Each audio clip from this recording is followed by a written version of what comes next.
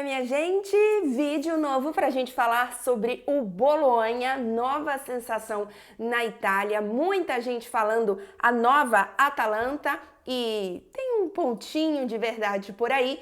Vou contar aqui para vocês 5 ingredientes para este Bolonha, que não é o molho, que é maravilhoso por sinal, mas o time também não tem deixado a desejar. Peço que você se inscreva no canal se ainda não está inscrito. Faltam pouquíssimas pessoas, menos de 100, para a gente chegar a 11 mil inscritos. Vamos chegar a 11 mil, então deixa aqui a sua inscrição. Curte o vídeo, não começa a fazer as coisas antes de deixar o like e, claro, quero comentários de vocês. Foi um dos vídeos mais pedidos aqui quando eu falei da possibilidade, então conto com vocês para que esse vídeo seja distribuído por aí, que muita gente conheça um pouco mais desse Bolonha. Vamos lá, 5 ingredientes então. Separei aqui talvez 5 pilares que fazem com que esse Bolonha, atual quarto colocado da Série A, brigando seriamente por uma vaga em competições europeias, neste momento seria Liga dos Campeões, 5 pilares para que esse time esteja tendo essa grande campanha. Tenho bastante coisa anotada, então vou olhar aqui bastante para as minhas anotações para poder trazer tudo que eu separei, porque tem muita coisa legal para a gente falar sobre esse Bolonha. Vamos lá, o Bolonha é o quarto colocado do campeonato italiano nesse momento, são 16 jogos, 16 rodadas, 7 vitórias, 7 empates, 2 derrotas apenas, 20 gols marcados e 12 gols sofridos, é a terceira melhor defesa da competição, atrás apenas de Inter e Juventus, que são os 2 primeiros colocados na competição, e é um Bolonha que nesta quarta-feira, se você está vendo o vídeo no dia em que ele está saindo, 20 de dezembro, vai enfrentar a Inter nas oitavas de final da Copa Itália. Não vou falar, obviamente, muito sobre esse jogo, porque a ideia é que este vídeo seja mais atemporal. Caso o Bolonha avance, existe motivo para isso. Caso não avance, estamos falando de uma Internazionale que é o melhor time italiano nessa temporada. Não sei ainda quem vai poupar, quem não vai poupar, então não vou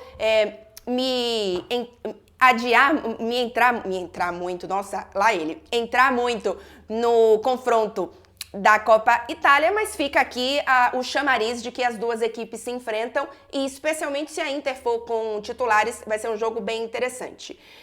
Vamos lá, lembrando que o Bolonha foi comprado em 2014 por um empresário canadense, ele tem família italiana, e é um empresário que tem um conhecimento ou um interesse grande em futebol, ele sabe do potencial do futebol, ele tem investido neste Bolonha e tem um projeto que já está, enfim, pronto, o projeto para a renovação do estádio, o Dallara, que é um belíssimo estádio, inclusive, já estive lá fazendo o jogo, se eu não me engano, da Juventus, ou foi seleção italiana, talvez as duas coisas. É uma cidade incrível, inclusive, todo mundo que, se você quer sair do roteiro Roma, Nápoles, Milão, eu indico Bolonha, Turim, obviamente, mas assim, Bolonha e Verona são 2 cidades espetaculares fora do circuito tão tradicional que ainda tem Veneza, Eu amo Bolonha. Enfim, tem um projeto já da renovação do estádio, as obras devem começar no verão do ano que vem, verão europeu, então no meio do ano que vem, e a expectativa é que a renovação dure 1 ano, e inclusive o projeto é lindíssimo, então é um Bolonha que tem um projeto a longo prazo, Não é apenas, e aí vocês vão entender inclusive durante aqui os 5 pilares, os 5 ingredientes para esse Bolonha, de que não é este time, este ano que, sei lá, tem um jogador brilhante que está resolvendo a coisa e que está levando o Bolonha adiante. Não é um caso.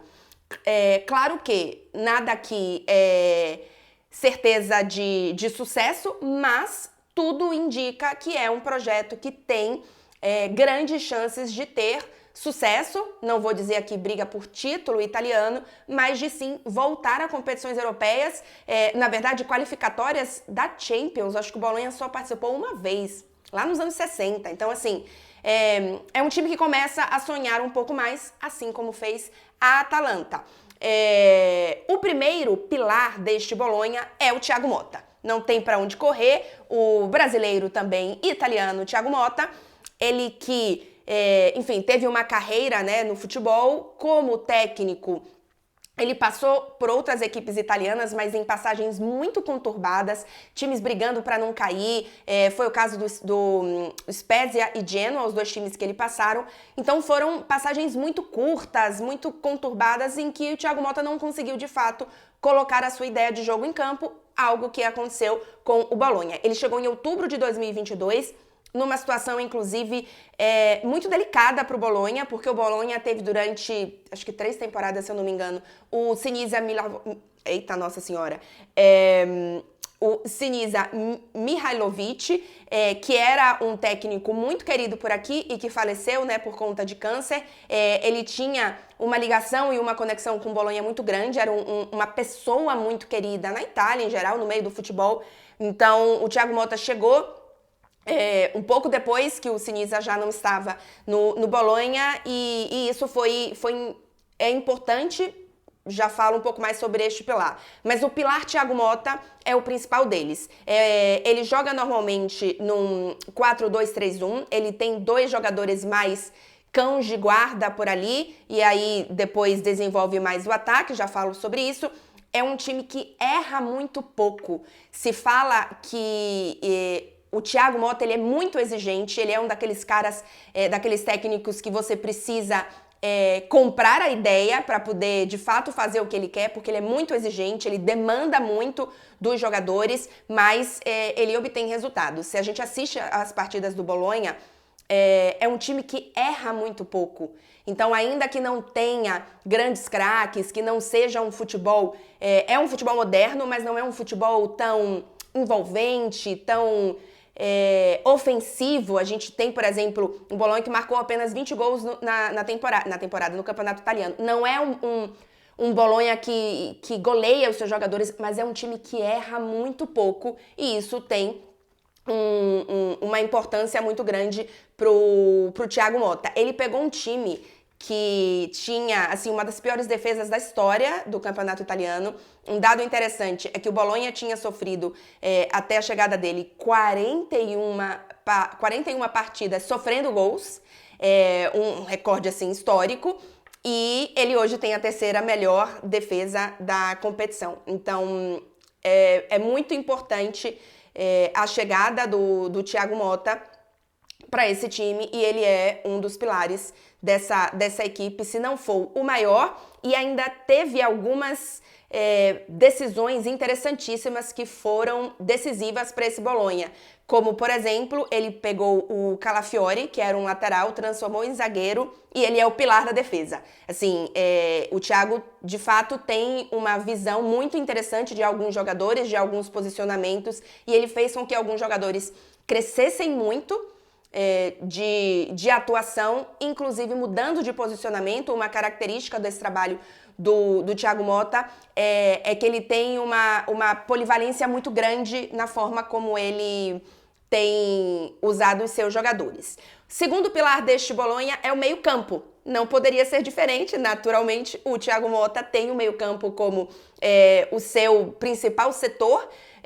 Um time que, como eu falei, joga num 4-2-3-1, né? Então tem os 2 cães de guarda ali na frente da defesa. Depois a gente tem o 4-2, o 3-1. A gente tem um jogador que é mais... deixa eu pegar aqui a escalação até para falar bonitinho para vocês.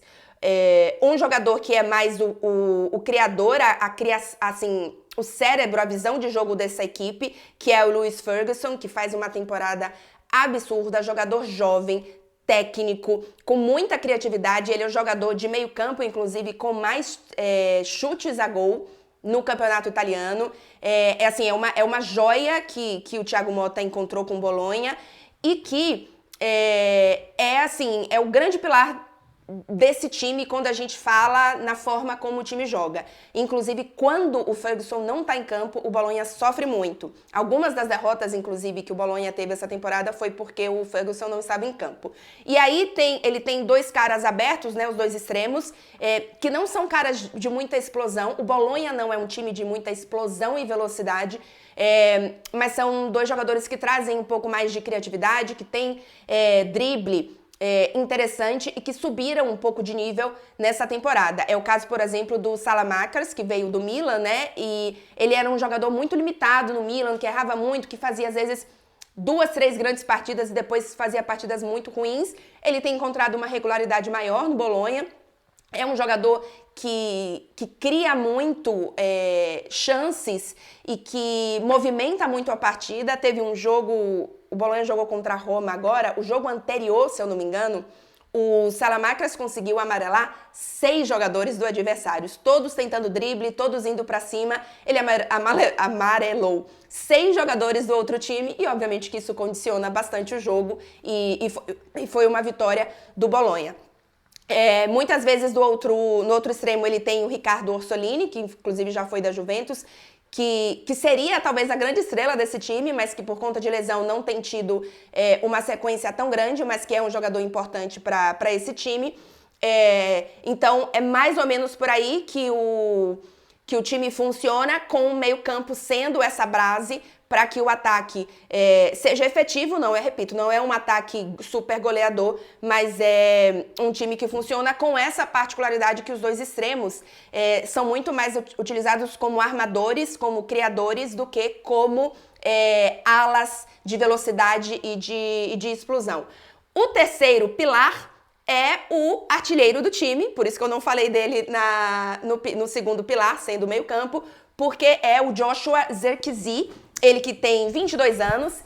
Quem aí assiste futebol alemão e é torcedor do Bayern vai lembrar dele, porque ele saiu do Bayern, já fez outras passagens antes de descer no Bolonha, mas ele fez gols importantes na campanha 2019-2020, talvez, ou 18-19, talvez, acho que foi 19-20, do Bayern de Munique, fazendo gols logo na estreia e tal. Depois ele teve muitas lesões, passou por algumas irregularidades, normal também pela idade, mas chegou no Bolonha, não nessa temporada, na anterior, sofreu muito na temporada anterior com lesões, não foi tão bem, e nessa temporada ele subiu de nível, já tem 7 gols no campeonato.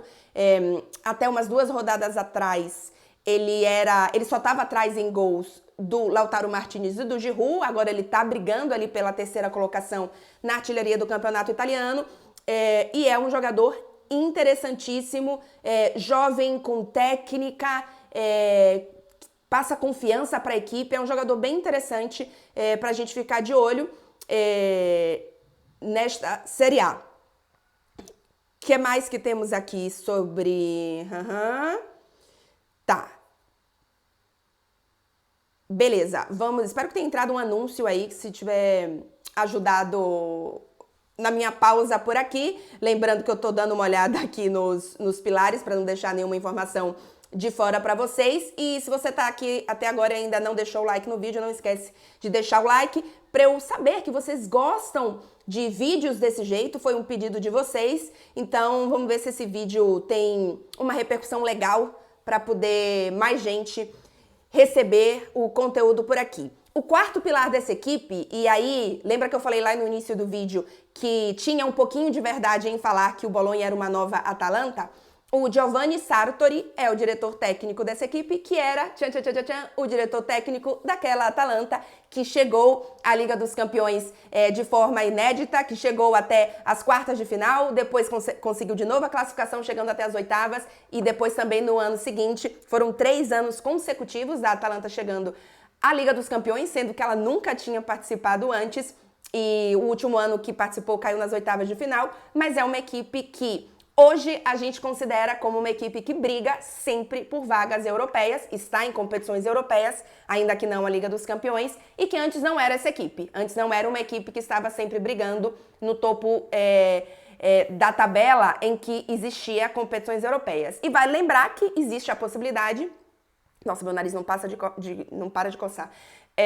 Existe a possibilidade de, no próximo ano, a gente ter a Itália com 5 vagas, né, na Liga dos Campeões, já que a quinta vaga tem uma quinta vaga extra que pode ir por conta de ranking, que vai por conta de ranking, e pode ser que a Itália leve.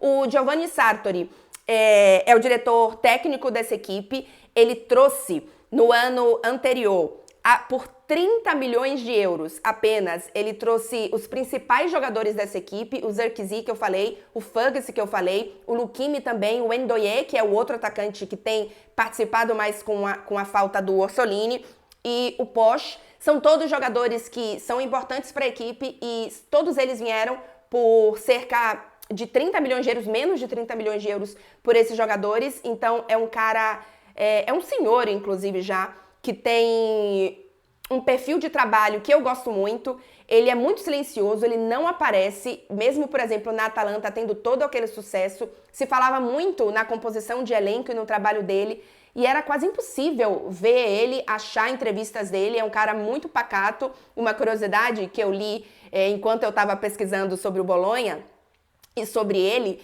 é que ele, inclusive, não usa o WhatsApp, é um cara que só fala no telefone, então ele é bem old school. Eu gosto bem, assim, da forma como ele trabalha, e ele é um cara que realmente tem essa capacidade de trazer elencos jovens que sejam bem próximos do que eles do que eles querem como jogo de futebol e com o técnico que eles querem, né? O Thiago Motta vem num trabalho com ele e com os jogadores que ele traz, então ele é sem dúvida um dos pilares desta equipe. Ele chegou em maio de 2022 e o Thiago Motta chegou em outubro de 2022. Então ele é responsável pelos principais pilares, né? Ele é responsável pelo pilar Thiago Motta, ele é responsável por alguns jogadores do meio-campo, que é um dos pilares, ele é responsável pelo centroavante, que é um dos pilares da equipe. Então é importantíssimo o Giovanni Sartori, diretor técnico esportivo desse Bolonha. E o último ingrediente que eu vou trazer aqui é o legado do Sinisa, do Mihajlovic, porque o Sinisa faleceu em 16 de dezembro de 2022, pouco depois que o Thiago Motta tinha assumido. Mas ele deixou uma memória e assim, duas coisas. Eu acho que tem a questão sentimental, né? Ele teve um grupo que se fechou muito com ele, que teve uma ligação, uma conexão importante ali de grupo, de se juntar, enfim, de ter uma harmonia interessante. E ele também deixou um trabalho com uma base muito interessante para que o Thiago Motta, aí falando mais dentro de campo, futebolisticamente, para que o Thiago Motta conseguisse fazer com que esse Bolonha jogasse aqui agora. O Mihajlovic ficou no Bolonha de 2019 a 2022, só confirmando, né? E ele trouxe realmente essa base que é interessante. Vou até trazer aqui o diretor técnico do Bolonha, antes do Sartori, que disse assim: é claro que o Motta deve estar de parabéns, mas também é preciso dizer que herdou o tremendo trabalho feito por Sinisa antes dele. E é verdade, ele realmente herdou um grande trabalho, e com isso o Thiago Motta conseguiu fazer o trabalho que ele faz hoje. Então é isso, esses são os 5 pilares que eu analisei aqui, que são muito importantes para esse Bolonha. É um time que acho que tem tudo para, a médio e longo prazo, de fato entrar na briga por competições europeias, de ser mais um competidor ali, por exemplo, para Atalanta, para Roma, para Lazio. É muito difícil, pelo poder financeiro, você ultrapassar Milan, Inter e Juventus. Mas se são 3 assim, essa 4ª vaga vai estar sempre livre. O Napoli pode quase sempre tentar, mas você vai ter ali Roma, Lazio, Atalanta, Bolonha, Fiorentina. São times que estão ali brigando, e eu acho que o Bolonha entra nessa prateleira e em alguns anos, em especial nesse ano, talvez possa dar esse passinho a mais para a Liga dos Campeões, mas tem tudo para ser um time para brigar por competições europeias nos próximos anos e manter esse trabalho, já que tem projetos longos de renovação do estádio, como eu falei por aqui, e por aí vai. E aí, para finalizar, importante dizer que, obviamente, que já tem muita gente de olho no Thiago Motta. Se fala aqui que, por exemplo, Juventus, Milan, a própria Inter, já se falou aqui no PSG, são clubes, acho que o PSG nem é mais o caso agora, porque o trabalho do Luiz Henrique está começando, mas, por exemplo, o Pioli, que já tem alguns anos no Milan, que pode estar em algum momento se encaminhando para um fim de ciclo, o próprio Inzaghi, que eu não acho que está em fim de ciclo, mas que a gente pode ter 1 ou 2 anos que as coisas mudem. O Allegri, que na minha opinião está em fim de ciclo da Juventus. Então, assim, é um técnico, eu acho que ele precisa ter mais tempo em alto nível, que eu digo assim, colocando de fato o Bolonha em competições europeias. Ele tá há pouco mais de 1 ano no Bolonha, né? Então é muito pouco ainda, é a primeira vez que ele tem um trabalho mais longo com sucesso. Então, que termine a temporada aqui no Bolonha, que talvez faça mais uma temporada de estabilidade. Enfim, acho que é um técnico pra gente ficar de olho pro futuro curto, né? Agora já, no caso, mas eu digo pro futuro em outras equipes. E que parece bastante promissor. Vamos ficar de olho, então, no Thiago Motta. É isso, minha gente. Espero que vocês tenham gostado do vídeo. Peço mais uma vez para se inscrever no canal, deixar o like. É chatíssimo ficar pedindo isso para vocês, mas super me ajuda para ver se o canal cresce um pouco mais. Tô entrando de férias, então vai diminuir aqui a quantidade de vídeos. Mandem sugestões do que vocês querem. Eu vou pro Brasil, então até por isso também vou dar uma descansada, vou, enfim, ter um pouquinho mais de desconexão, mas acontecendo coisas interessantes, jogos importantes, enfim, apareço por aqui de vez em quando, então peço a sugestão de vocês, de vídeos, do que vocês realmente querem ver. Os vídeos de pós-rodada não estão rodando bem, os vídeos de sorteio também não foram bem, então digam o que vocês querem ver por aqui, que, enfim, vamos ver se tem vídeos que repercutem um pouco mais e que dão um pouquinho mais de vida, de visualizações aqui pro canal, porque afinal isso aqui é divertido, mas é trabalho. Obrigada, gente. Se eu não fizer vídeo mais antes do Natal, Feliz Natal. E também Feliz Ano Novo, porque vai que eu não volto mais aqui. É isso, gente. Beijo. Tchau, tchau.